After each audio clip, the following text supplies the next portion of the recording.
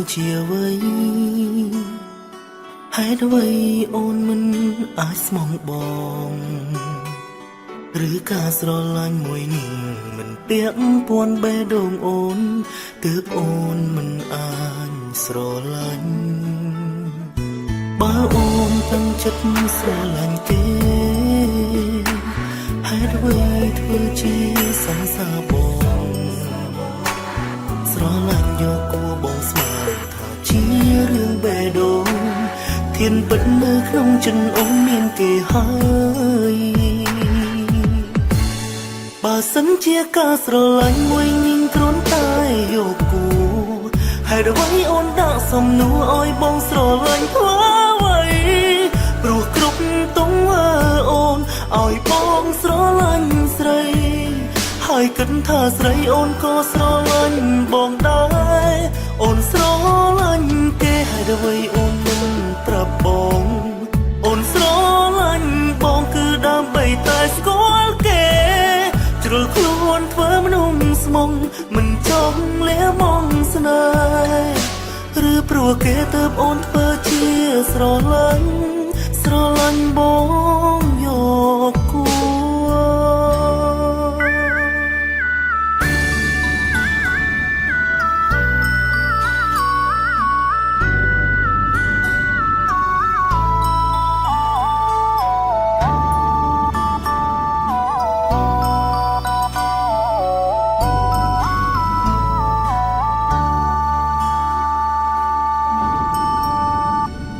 តើការស្រឡាញ់គឺជាអ្វី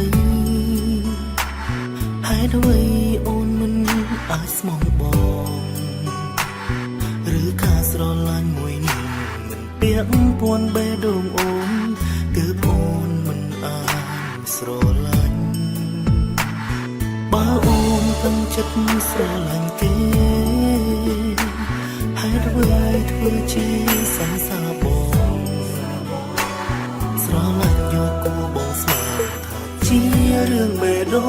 ងធានពិតនៅក្នុងចិត្តអូនមានគេហើយបើសិនជាការស្រឡាញ់មួយញញគ្រាន់តែយកគូហេតុអ្វីអូនដាក់សំណួរឲ្យបងស្រឡាញ់ធ្វើអ្វីព្រោះគ្រប់ទង្វើអូនឲ្យបងស្រឡាញ់ស្រីហើយគិតថាស្រីអូនក៏ស្រឡាញ់បងដែរអូនស្រឡាញ់គេហេតុអ្វីអូនមិនប្រាប់បងអូនស្រឡាញ់បងគឺដើម្បីតែស្គាល់គេ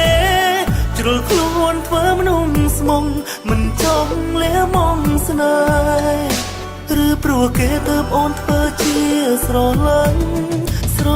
បងយកគូ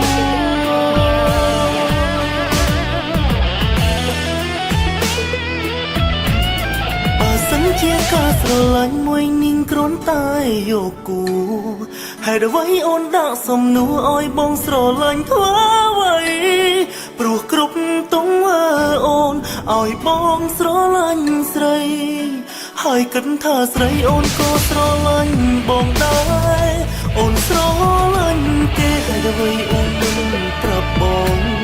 អូនស្រឡាញ់បងគឺដើម្បីតែស្គាល់គេជ្រុលខ្លួនធ្វើមនុស្សស្មងមិនចង់លះមងស្នេ